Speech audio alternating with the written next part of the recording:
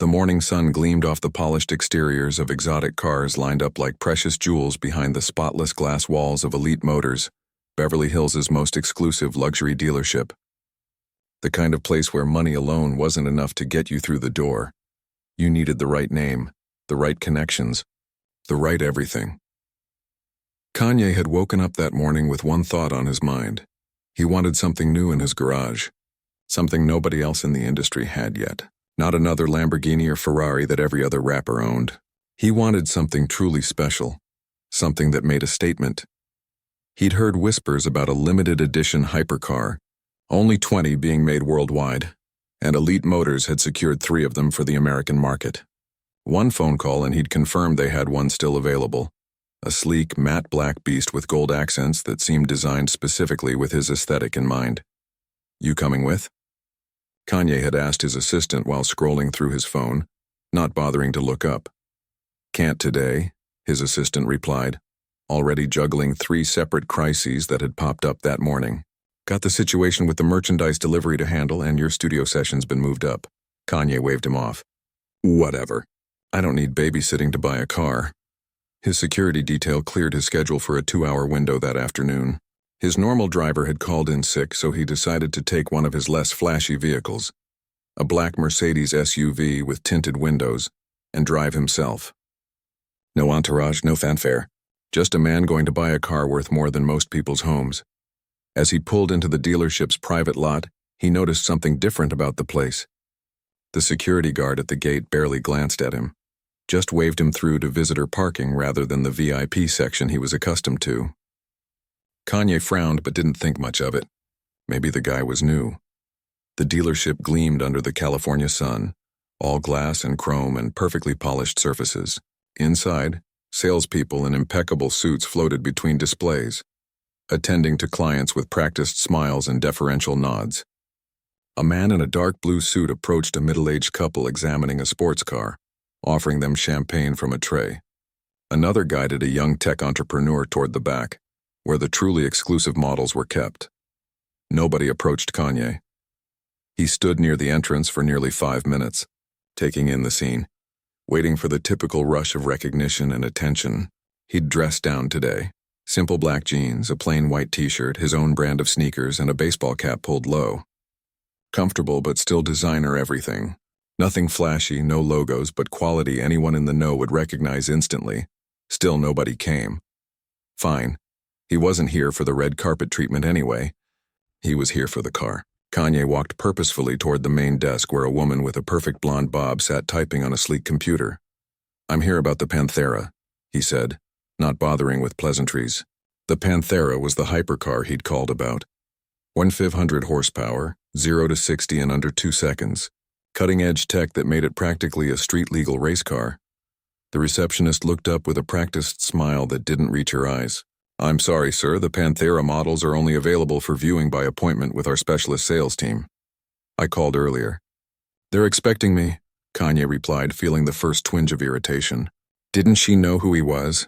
She tapped a few keys on her keyboard. "Your name, sir?" "West. Kanye West." He said it with the confidence of someone dropping a platinum credit card on a counter. Her expression didn't change as she scanned whatever was on her screen. "I don't see any appointment for a Mr. West today.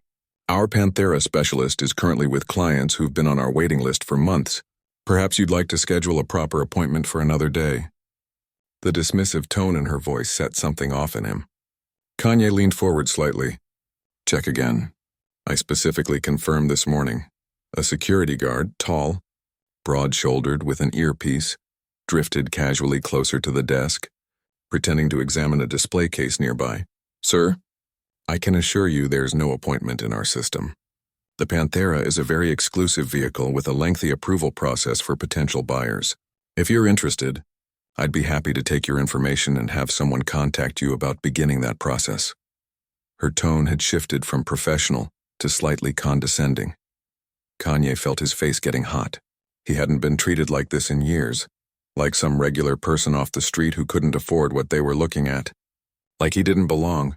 "Do you know who I am?" The words came out before he could stop them. The receptionist's smile tightened. "I understand you're Mr. West, as you've stated. Without an appointment, I'm afraid I can't." No, Kanye cut her off. I'm Kanye West. Look me up if you need to. By now, a few customers had started glancing over, curious about the raised voice. The security guard had moved even closer. The receptionist's expression remained unchanged. Sir, our policy applies to everyone. If you'd like to make an appointment, get your manager, Kanye said, his voice rising. Now. A man in an immaculate charcoal suit appeared almost instantly, as if he'd been watching the exchange from nearby. Is there a problem here? His voice was smooth, controlled, but there was something in his eyes. A flash of recognition, quickly masked. Yes, there's a problem, Kanye said. I called about the Panthera this morning. I was told it was available and that I could come in today. The manager's face remained professionally blank.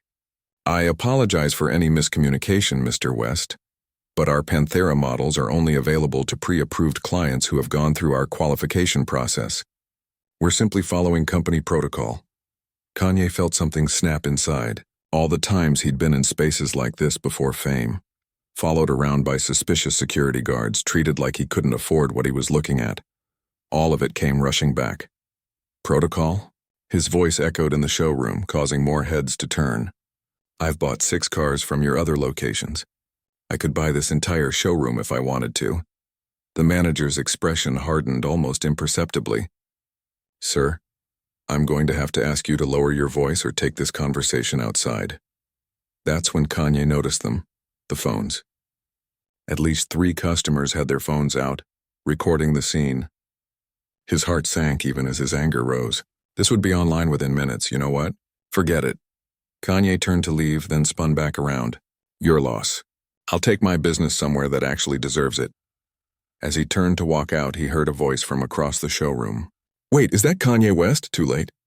He pushed through the glass doors and into the parking lot, the California sunshine suddenly feeling too bright, too exposing. His hands shook slightly as he reached for his car keys. Behind him, he could hear the commotion starting inside, the manager's panicked voice, the receptionist's confusion, the sudden realization of the mistake they'd made. Someone pushed through the doors behind him. Mr. West, please, there's been a misunderstanding. But Kanye was already sliding into the driver's seat of his Mercedes, slamming the door shut on the voices. His phone was buzzing in his pocket, probably his assistant, maybe his publicist. News traveled fast in this town. As he pulled out of the parking lot, he caught a glimpse of his face in the rearview mirror. The hurt in his eyes surprised him. He thought he was past caring what people thought, how people treated him. Clearly he wasn't. By the time he reached the main road, his phone was blowing up with notifications. The video was already online, spreading like wildfire across social media. He could see the headlines now. Kanye thrown out of luxury dealership. West goes off after car rejection. Kanye's meltdown. The footage they didn't want you to see. He gripped the steering wheel tighter, knuckles turning white. This wasn't supposed to happen anymore. Not to him. Not after everything he'd accomplished. The drive back to his Calabasas home felt longer than usual, each mile giving him time to replay the humiliation in his mind. By the time he pulled into his driveway, his publicist had called 12 times. His social media mentions were in the thousands. Kanye sat in his car for a long moment, engine off, staring at the massive house before him, a testament to his success, to everything he'd built. And yet in that dealership, none of it had mattered. They'd seen just another black man in casual clothes who they decided didn't belong. He finally picked up his phone and called his publicist back. I've seen it, he said before she could speak. It's already everywhere, isn't it? Her silence was confirmation enough. Get everyone together, he said after a moment. We need to figure out how to handle this. As he finally stepped out of his car, Kanye couldn't shake the feeling that something significant had just happened, something that would force him to confront not just how others saw him, but how he saw himself. The rejection had cracked something open inside him, something that had been building pressure for years. What he didn't know yet was that this humiliating moment would ultimately lead to one of the most transformative periods of his life and career. But for now, all he felt was the sting of being treated like he was nobody, and the whole world was about to watch it happen. The video spread faster than anyone could have predicted. By sunset, it had been viewed millions of times across every social platform. Hashtags multiplied like wildfire. Kanye rejected, Elite Motors fail, West not welcome, each bringing a fresh wave of comments, memes, and hot takes. Inside his Calabasas mansion, Kanye sat in his home studio, the same room where he'd created some of his most groundbreaking music. But today, no beats played, no lyrics flowed. The screens around him displayed the unfolding social media storm instead of audio waves. "Turn them off," he finally said to his assistant, who'd been reading him selected comments from various platforms, some supportive, many cruel, all of them further exposing a moment he wished had never happened. All of them, his assistant asked, finger hovering over the remote. All of them. The screens went dark, leaving the room in a sudden, heavy silence. Kanye rubbed his temples, feeling the beginning of a migraine coming on. His phone buzzed for what felt like the 1,000th time that day. This time he glanced at it, his publicist again. "Yeah," he answered, his voice rougher than usual. "We need to get ahead of this," she said without preamble. "I've drafted a statement. Elite Motors already issued an apology. Very public, very groveling. They fired the receptionist and the manager's been placed on leave." Kanye frowned. "They fired her?" "Yes, they're in full damage control, offering you exclusive first access to not just the Panthera, but their entire upcoming limited collection. Free upgrades, the works." The knowledge that someone lost their job over this didn't sit right with him, even through his lingering anger. She was just doing what they trained her to do. Profile people. Decide who belongs and who doesn't. His publicist paused. "That's surprisingly understanding of you. But we still need to address this publicly. People are waiting for your response." "What's the statement say?" "Standard stuff. You're disappointed by the treatment. Appreciate the apology, looking forward to moving past this unfortunate incident." Kanye stood up and began pacing the length of his studio. "That's it? That's all we're going to say about what happened? What else is there to say? They messed up, they apologized, you graciously accept, everyone moves on. News cycle will forget about this in 48 hours when some other celebrity does something more interesting." But something in him rebelled against this familiar dance. The careful PR, the sanitized statements, the performance of celebrity forgiveness that changed nothing fundamental. "No," he said firmly. "No, Kanye, we need to—" I said no. "I'm not putting out a statement. Not yet." He ended the call before she could argue further. Almost immediately his phone lit up with her name again, but he silenced it and set it down on his mixing board. The house felt too empty, too quiet. His kids were with their mother this week. His staff, sensing his mood, had made themselves scarce. Even his security team was keeping a respectful distance, monitoring from the perimeter of the property rather than inside the main house. Kanye walked through the expansive rooms, past the art pieces worth millions, past the awards displayed in custom cases, past all the symbols of the success he'd fought for. Each step echoed against marble floors and high ceilings. The isolation that normally felt like protective luxury now just felt lonely. He found himself in the kitchen, opening the refrigerator without really seeing what was inside.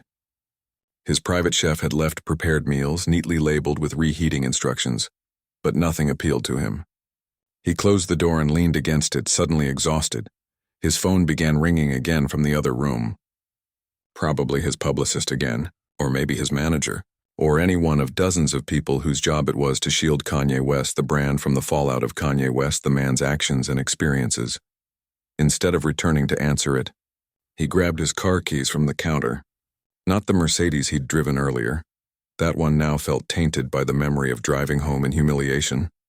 Instead, he took a more nondescript vehicle from his collection, a black Tesla with tinted windows that wouldn't draw attention. He needed to drive, to think, to breathe air that wasn't filled with the expectation of his next move. The Pacific Coast Highway stretched before him as he headed west, toward the ocean. Traffic was light, unusual for LA, but welcome. The setting sun painted the water in shades of gold and pink. Any other day, he might have found it beautiful. Today, he barely noticed. His thoughts kept returning to that moment in the dealership.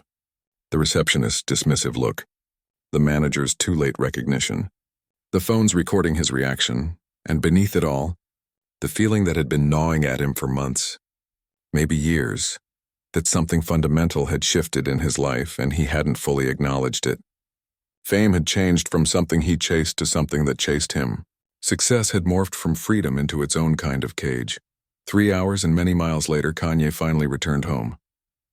His security team said nothing about his unscheduled departure, though he could sense their relief at his return. His phone showed 47 missed calls and over 100 text messages. He ignored them all and went straight to bed, something he couldn't remember doing before midnight in years. Sleep didn't come easily. The humiliation played on repeat behind his closed eyelids, but now mixed with other memories. Times when he'd been the one looking down on someone else. Times when he'd forgotten what it felt like to be judged, dismissed, overlooked. Had success made him the very thing he once fought against? Morning brought no relief.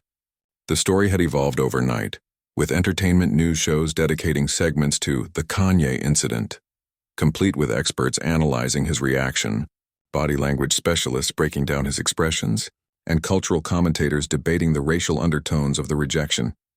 His publicist arrived unannounced at 9 a.m., letting herself in with the access code she'd been given for emergencies. She found Kanye in his kitchen, staring into a cup of coffee that had long gone cold. "We need to make a statement," she said, setting her tablet on the counter. "The longer we wait, the more this spins out of control."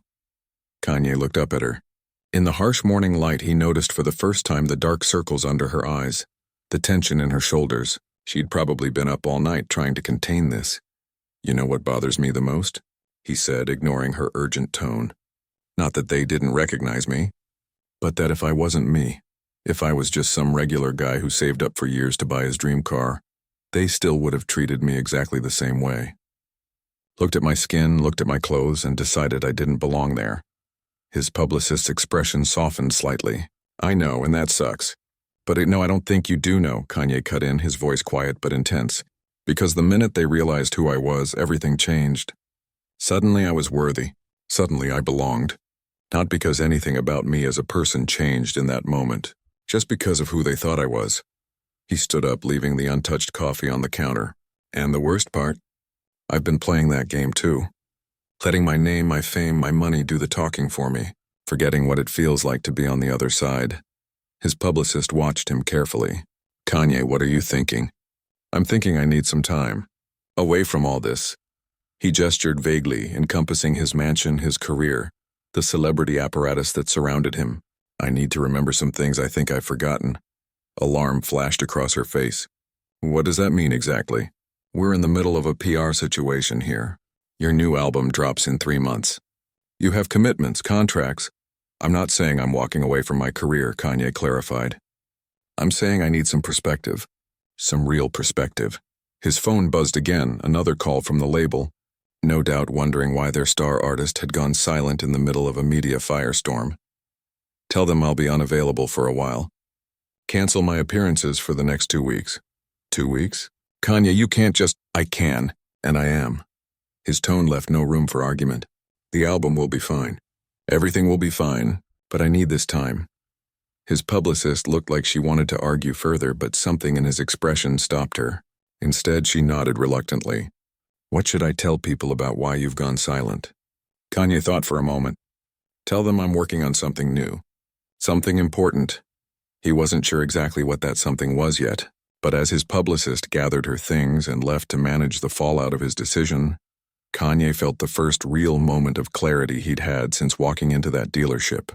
He'd built an empire on being unapologetically himself, but somewhere along the way he'd lost track of who that really was. It was time to remember. Chicago felt different in the fall. The wind carried the scent of dying leaves and promised winter, sharp and clean compared to the perpetual summer of Los Angeles.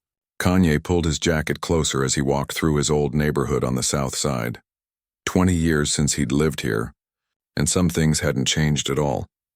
He'd arrived 3 days ago, taking a commercial flight under a fake name, wearing a nondescript hoodie and sunglasses. No private jet, no entourage, no security team hovering nearby, just a man returning to the place where he began.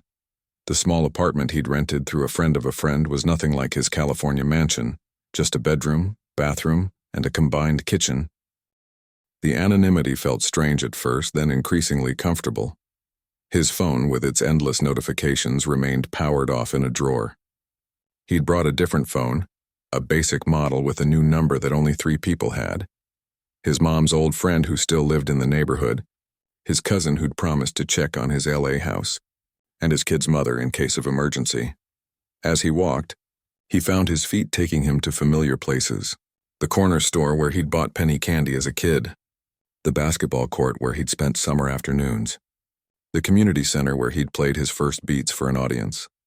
Outside that community center, he paused, looking up at the faded brick building. A group of teenagers sat on the steps, absorbed in conversation, paying no attention to the man watching them. They reminded him of himself and his friends at that age, full of dreams, ambitions, and absolute certainty that they'd change the world someday. "You gonna stand there all day, or you coming in?" The voice startled him. Kanye turned to see an older man holding the door open. Gray had overtaken what must have once been dark hair, and lines mapped his face, but his eyes were sharp and knowing. "You don't recognize me, do you?" the man said with a slight smile. Kanye studied him, then recognition dawned. "Mr. Thompson?" The man's smile widened. "In the flesh. Though these days most people just call me Mike." Mr. Thompson, Mike, had run the music program at the community center when Kanye was coming up. He'd been the first person to give the young producer serious studio time, the first to tell him his beats could take him somewhere. "What are you doing back in the old neighborhood?" Mike asked as Kanye followed him inside. "Just reconnecting," Kanye replied, unsure how much to share. The inside of the center had been renovated since his day, but the essence remained the same. Kids of various ages occupied different spaces, some playing basketball in the gym, others working at computers. A few gathered around tables doing homework. Mike led him past these areas to a door marked studio. Inside was a modest but functional music setup, a couple of computers with production software, keyboards, microphones, and sound panels on the walls. "We got funding a few years back," Mike explained, gesturing to the equipment. "Nothing fancy like what you're used to now, I'm sure, but the kids love it." "It's great," Kanye said, genuine admiration in his voice. This was better than what he'd had access to at their age. "So," Mike settled into a chair, motioning for Kanye to do the same. "I saw what happened. At that car place," Kanye tensed slightly. "Yeah?" "Yeah." Mike studied him thoughtfully. "Brought back memories, didn't it?" The question caught Kanye off guard. "What do you mean?" "Being looked at like you don't belong somewhere. Being judged before you open your mouth." Mike's eyes held no judgment, just understanding. Success doesn't make that feeling go away. Sometimes it just buries it deeper until something brings it back up. Kanye felt something loosen in his chest, the knot of tension he'd been carrying since the incident. Here was someone who saw through the celebrity, the scandal, to the human experience underneath. "I didn't come back just because of that," Kanye said, though they both knew it wasn't entirely true. "Sure." Mike nodded. "But whatever brought you back, I'm glad to see you. Always knew you'd make it big. Didn't always know if you'd find your way back here." The conversation shifted to the center, the kids Mike worked with, the talent he saw coming through. As they talked, Kanye felt years falling away, not just the recent ones filled with fame and controversy, but the hungry, ambitious years when every beat, every rhyme felt like it might be the one to break through. "You know," Mike said after a while, "we've got a session starting soon. Some of the high school kids. They come in twice a week to work on their music." Kanye glanced at his watch. "I should probably get going." "You should probably stay," Mike countered. "Unless you've got something more important to do?" The challenge was gentle but clear. Kanye found himself smiling. "Guess I don't." The teens arrived in twos and threes. 5 in total, 3 boys and 2 girls, all between 15 and 17. Their reaction when Mike introduced Kanye was everything from wide-eyed shock to suspicious disbelief. "For real?" one boy asked, looking Kanye up and down like he might be an impersonator. "For real," Kanye confirmed. "Why are you here?" another asked bluntly. "In this neighborhood, I mean." "This is where I'm from," Kanye replied simply. Thought it was time to remember that. The session began awkwardly, the teens self-conscious about creating in front of someone whose music they'd grown up on. But Kanye found himself slipping into a role he hadn't played in years. Mentor rather than star. Listener rather than performer. He asked questions about their influences, their process. He listened to beats they'd made, lyrics they'd written. He offered suggestions, not as the famous Kanye West laying down the law, but as someone who'd once sat exactly where they were sitting. By the end of the 2 hours, the initial awe had given way to something more valuable. genuine artistic exchange. One girl, a talented producer with an ear for unusual samples, showed him techniques he'd never seen before. One boy's raw, honest lyrics about his mother's struggles with addiction moved Kanye to a silence that spoke volumes. When the session ended, Mike pulled him aside. "You know, we could use someone like you around here more often." "I'm only in town for a couple of weeks," Kanye said. "Doesn't have to be in person. These kids would benefit from someone who's been where they are and made it out. Someone who still remembers what it feels like to be them." The suggestion lingered with Kanye as he walked back to his temporary apartment in the gathering dusk. The teens' faces, their music, their hunger for feedback and validation. It had awakened something in him that had been dormant for too long. Back in the small apartment, he found himself doing something he hadn't done in ages, opening a notebook and writing by hand. Not lyrics or music, but thoughts, memories, reflections on who he'd been and who he'd become. The words flowed until well past midnight. The next morning he called a number he hadn't dialed in years. "Hello?" The voice on the other end sounded cautious, uncertain. "Devin? It's Kanye." A pause, then, "Man, I saw what happened. You okay?" Devin had been his friend since high school, before the fame, before the money, before Kanye West became Kanye West. They'd drifted apart over the years, not from any falling out, but from the natural distance that grows when lives take different paths. "I'm in Chicago," Kanye said. "Wanted to know if you'd meet up." "Catch up," another pause, longer this time. "For real? You're actually here?" "For real." They met at a small diner where they used to go after school, the kind of place that served all-day breakfast and coffee that was more about caffeine than flavor. Devin looked older, of course, they both did, but his smile was exactly the same. The first few minutes were awkward, filled with surface-level catching up. Devin worked in education now, married with 2 kids, living a normal life, the kind Kanye sometimes wondered about in his more reflective moments. "So what really brings you back?" Devin finally asked, setting down his coffee. "This about that car dealership thing?" Kanye considered deflecting, then decided against it. Devin had always been able to see through him anyway. "Partly. But it's more than that. I've been feeling disconnected from who I used to be, from what got me started in the first place." Devin nodded slowly. "Fame'll do that to you." Watched it happen from a distance. "The Kanye I knew back in the day started disappearing bit by bit every time I saw you on TV or in the news." The words stung, but Kanye didn't deny them. "When did you notice it starting?" Devin thought for a moment. "Can't put an exact date on it. But there was this time, maybe 8 or 9 years ago. You were back in town for a show. Called me up last minute, said we should hang out. I rearranged my whole schedule, canceled plans with my girl at the time." He took a sip of his coffee before continuing. "Then 3 hours before we're supposed to meet, your assistant calls. Not even you. Says something came up, you can't make it. Sends me tickets to your show instead, like that's the same thing." Kanye winced. He had no memory of this specific incident, which somehow made it worse. How many relationships had he damaged without even registering it? "I'm sorry," he said, the words feeling inadequate. Devin shrugged. "Ancient history. But that's when I knew you weren't really the same person anymore. The Kanye I grew up with would never have done that."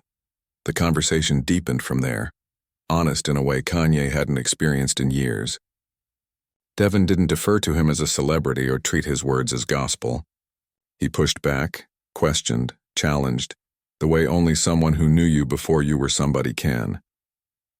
By the time they parted ways, exchanging genuine hugs and promises to stay in better touch, Kanye felt something fundamental shift inside him, like a bone that had been broken and healed wrong was being reset, painful but necessary for proper healing. That night, for the first time in 2 weeks, he turned on his regular phone. Thousands of notifications flooded in, missed calls, texts, emails, social media alerts, the noise of his regular life demanding his attention. He scrolled through some of them, then set the phone aside. Whatever response he ultimately made to the world, to his fans, to the media circus that had erupted around his humiliation, it needed to come from a place of authenticity, and he was only beginning to rediscover what that meant. The flight back to Los Angeles felt different somehow. Kanye gazed out the small window of the commercial airliner, watching clouds drift beneath them. 2 weeks in Chicago had changed something fundamental in him. Not erasing the man he'd become, but reconnecting him with the man he'd been. His time at the community center had stretched from that first afternoon to daily visits. The teens had gotten past their initial starstruck reactions and begun to treat him as a mentor rather than a celebrity. He'd listened to their music, their stories, their dreams and frustrations. And in doing so, he'd remembered his own. The conversations with Devin had continued too. Long talks over coffee or walks through their old neighborhood, catching up on 20 years of life lived in different worlds. Devin had shown him photos of his kids, his modest home, the school where he taught music. A life built on passion and purpose rather than fame and fortune. "You gonna tell me what you're planning now?" Devin had asked at their last meeting the night before Kanye's flight home. "What makes you think I'm planning something?" Devin had laughed. "Because I know that look. You've had it since we were 16. That's your 'I'm about to do something nobody expects' face." Kanye had smiled, acknowledging the truth in it. "I'm still figuring it out. But I want it to be more than just a statement or an apology tour. I want it to be meaningful." Now, as the plane began its descent into LAX, Kanye pulled out the notebook he'd filled during his time away. Pages of ideas, reflections, possibilities. The kernel of something that could transform a moment of public humiliation into something powerful. His driver waited at arrivals, the first sign of his return to celebrity life. The man nodded respectfully, taking Kanye's single bag. "Good to have you back, sir. The house is ready for your return." The drive from the airport to Calabasas was filled with calls. His publicist, his manager, his lawyer, all eager to discuss damage control strategies now that he was back on the grid. Kanye listened more than he spoke, noting how their concerns centered entirely around his image, his brand, his next album release. Not one mentioned the actual experience that had prompted his retreat, or how he might have been affected by it.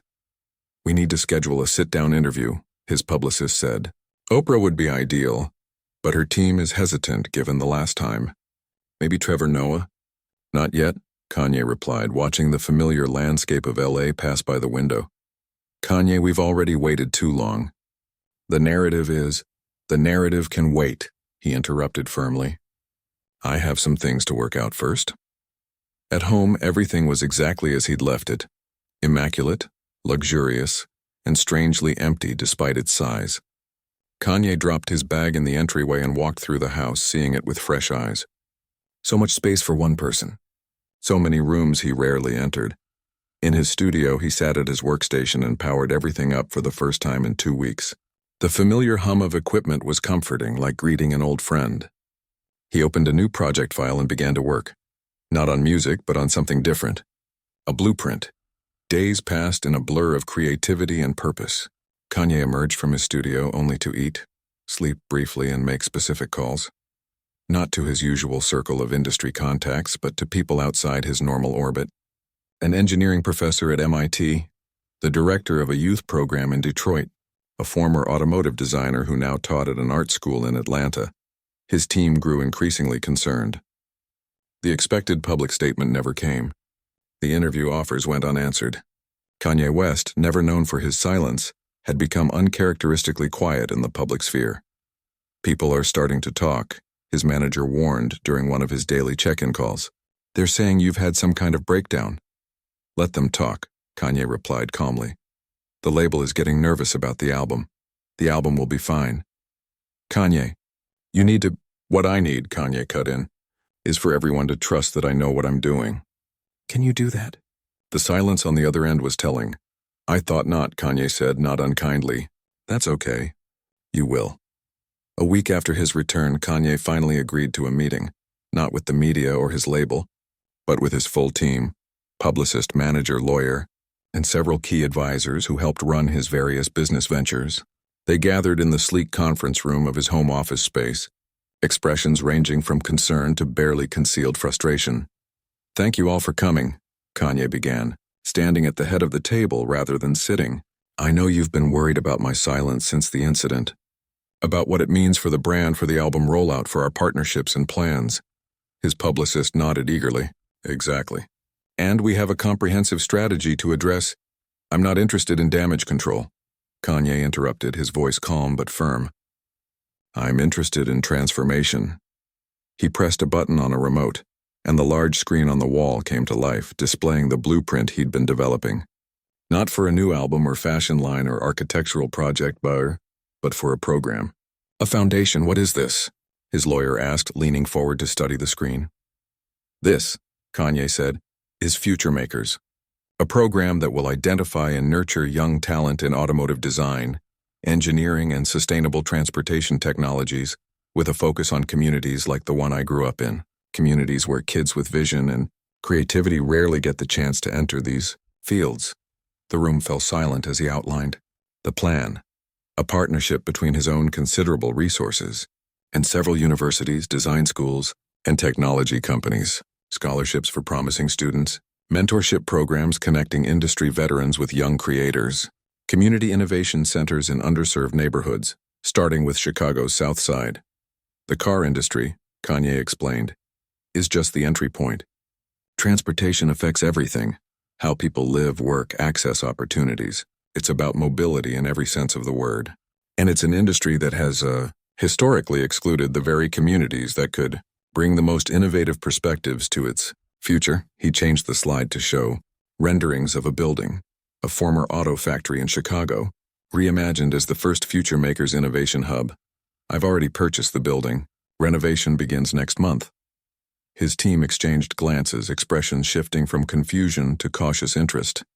Kanye, his manager, said carefully, "This is ambitious and unexpected, but how does it address the current situation?" "It doesn't, not directly," Kanye admitted. "Because the incident at Elite Motors wasn't really about me being rejected from a car dealership. It was about who gets to belong in certain spaces, who gets to create the future, who gets judged worthy of opportunity." He looked around the table, meeting each person's eyes. I could make a statement apologizing for losing my cool. I could do some carefully staged photo op at Elite Motors, shaking hands with the manager who didn't recognize me. I could turn this into another episode of Celebrity Redemption Theater. His publicist flinched slightly at the accuracy of his assessment. Or, Kanye continued, I could use this moment to create something with lasting impact. Something that addresses the real issue, not just for me, but for thousands of young people who face those same judgments every day, without the shield of fame or wealth, to eventually break through them. The energy in the room had shifted. His lawyer was already making notes. His business advisor was nodding thoughtfully. "We'll need partners," the advisor said. "Industry buy-in. Not just financial backing, but commitment to hiring graduates of the program." "Already in progress," Kanye replied. "I've had preliminary conversations with 3 major automotive companies. 2 are interested. The third is Elite Motors." A surprised murmur went around the table. "They've been falling over themselves to make things right with me personally," Kanye explained. "I'm offering them something better, the chance to be part of real change in their industry." "And what about the public narrative?" his publicist asked, still focused on the immediate PR challenge. "What about your image?" Kanye smiled slightly. "I'm not going to address the incident directly, not yet. Instead, we're going to announce Future Makers next week. A forward-looking response that shows growth rather than shame, determination rather than embarrassment." He switched to the final slide, a simple graphic showing the Future Makers logo alongside his own personal brand. The best way to change the conversation isn't to keep talking about the past. It's to create a more compelling future.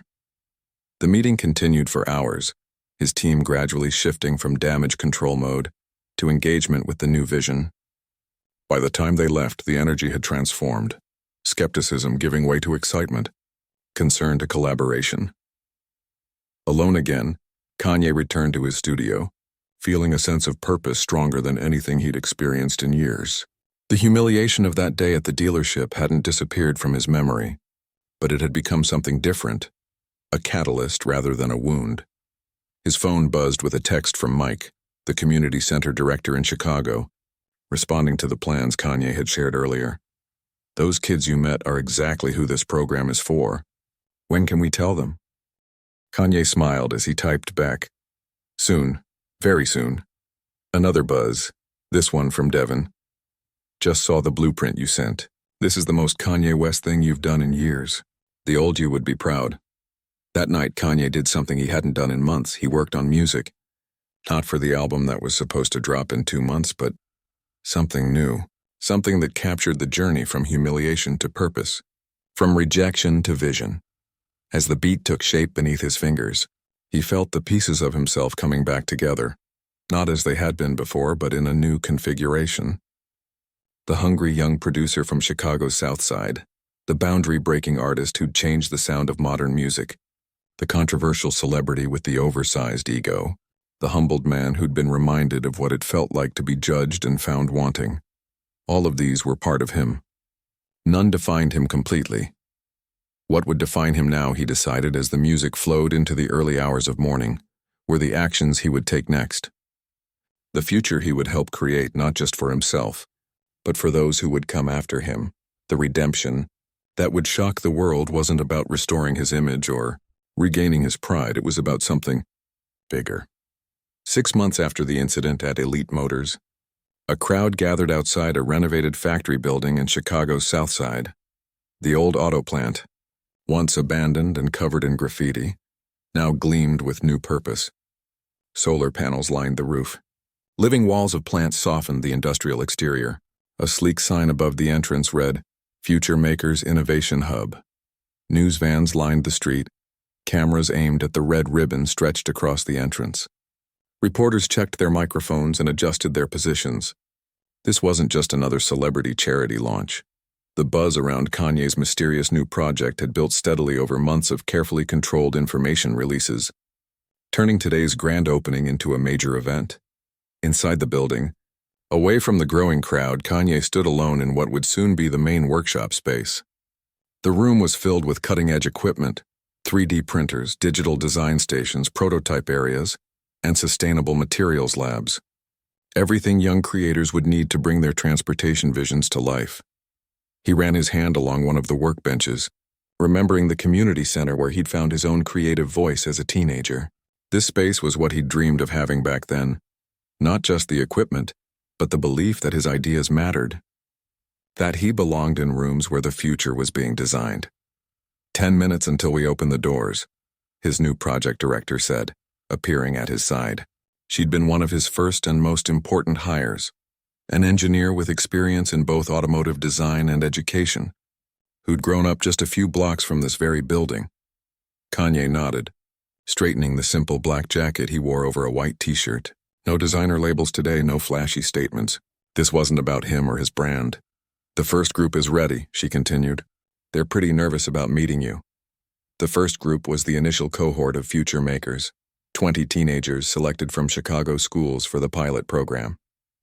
They'd be joined by professional mentors, university partners, and eventually apprenticeship opportunities with major transportation companies.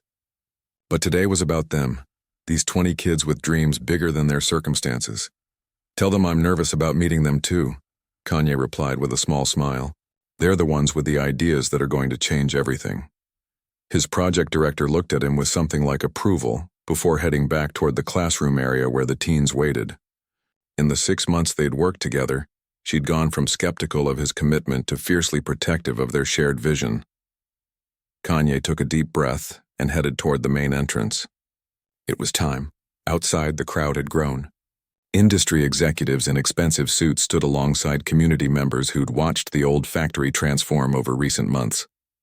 Media personalities jostled for position near the podium, and right at the front in reserved seats sat some familiar faces. Mike from the community center, Devin and his family, and the teens Kanye had met during his time in Chicago. As Kanye stepped onto the small stage set up for the occasion, a hush fell over the gathering.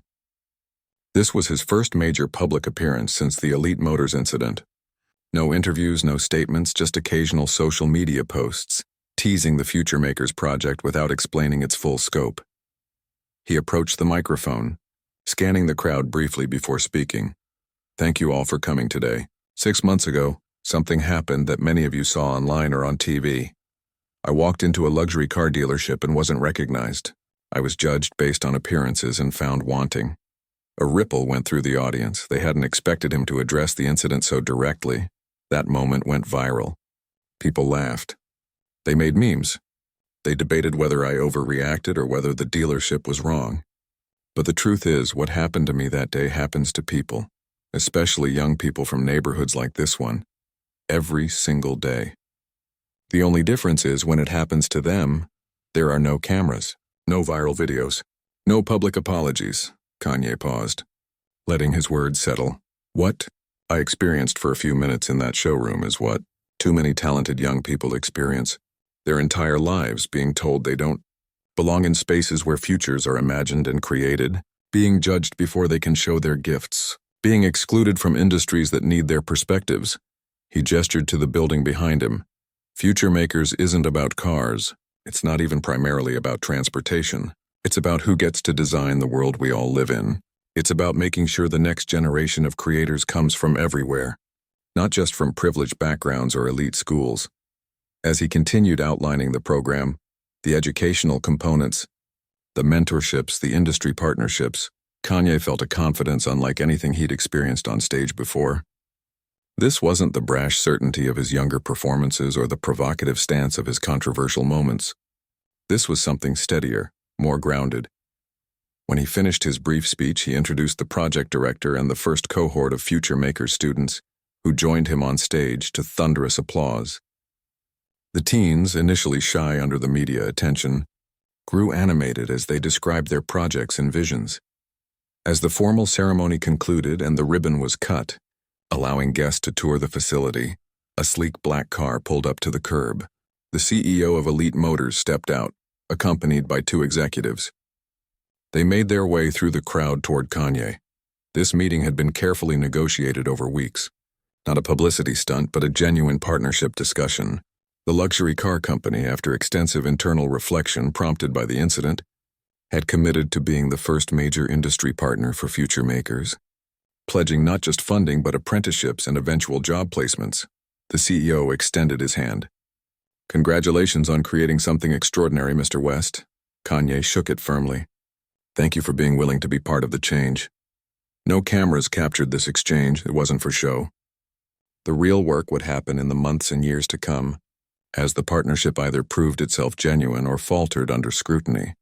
The remainder of the day passed in a blur of tours, conversations, and demonstrations of the students' initial projects. Media coverage was overwhelmingly positive, focusing on the scope of the program and its potential impact, rather than rehashing the incident that had inspired it. As evening fell and the crowds thinned, Kanye found himself in the main workshop with Mike, who'd stayed behind while Devin took his family home. "You've done something special here," Mike said, looking around the space. "Something that's going to outlast both of us." Kanye nodded, feeling a deep satisfaction that had nothing to do with album sales or fashion lines or celebrity status. "Couldn't have done it without what you taught me. Back when I was just another kid with big dreams." Mike smiled. "You were never just another kid, but neither are any of them." He nodded toward the classroom area, where a few of the Future Makers teens were still working, too excited by the day's events to leave. "That's the point," Kanye agreed. "None of them are just another kid. They all deserve the chance to prove it."